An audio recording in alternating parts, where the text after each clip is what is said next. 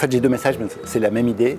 Et ce qui est très intéressant dans ce dispositif, c'est aussi de faire une place aux sciences sociales et à la connaissance de nos sociétés dans la réflexion sur l'éthique de l'IA. Et je pense à l'économie, à la sociologie, au droit et aux autres disciplines. Parce que les enjeux qui concernent aujourd'hui l'automatisation de la décision avec des machines, ils concernent très directement notre société parce que, alors c'est ce que j'ai essayé de dire, d'une certaine manière, il y a un peu deux familles.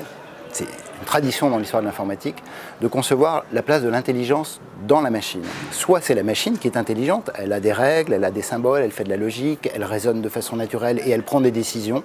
Et dans ces cas-là, faire l'audit ou la responsabilité de l'intelligence artificielle, c'est de regarder dans le capot et puis de corriger les règles pour que ça fonctionne avec les règles de notre société. Mais il y a une deuxième famille qui est de dire, et c'est celle qui est en train de faire des progrès considérables sous le nom de machine learning, et plus spécifiquement d'une famille de machine learning, qui est les réseaux de neurones profonds, qui est de faire une machine assez idiote, mais incroyablement performante, dans laquelle les calculs sont non linéaires, oscillants, massifs et non intelligibles au sens où l'entend la première définition. Donc on a des données qui rentrent et puis un objectif qui sort. Et là, faire un audit du système, c'est faire un audit de la manière dont la machine s'est couplée avec la société. Quelles données elle a choisies, quelles données elle n'a pas choisies, quel objectif elle a donné au système, quel objectif elle se refuse de donner au système. C'est une autre manière de la réguler. Alors il me semble que c'est important d'avoir cette compréhension pour bien entendre que si c'est la deuxième famille, dite connexionniste, perceptive, aujourd'hui, qui est en force dans le renouveau et les succès de l'IA, même si elle a des limitations, hein, il faut aussi le dire, ben on a besoin de définir ses objectifs. Et une des choses compliquées du débat sur la régulation de ces algorithmes, c'est que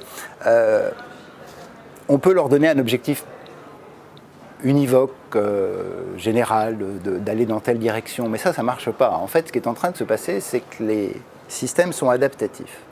Ils prennent les traces des utilisateurs pour définir pour l'utilisateur ce que le système pense être ses propres objectifs. Et donc on a des individus qui peuvent de coup devenir djihadistes ou s'enfermer dans des bulles de filtre ou être soumis à un bombardement de fake news, tout simplement parce que leur comportement a donné au système des manières de l'apprendre. On a des exemples d'une IA devenue nazie récemment. Et donc il me semble qu'il y a un enjeu très très central, c'est de savoir comment nos sociétés veulent être calculées. Et ça, il faut le demander aux gens. Il faut le demander au système. Il faut se rendre compte aussi que les gens ils peuvent avoir des attitudes et des objectifs qui changent complètement. On peut de temps en temps vouloir être guidé et personnalisé, puis de temps en temps vouloir être curieux.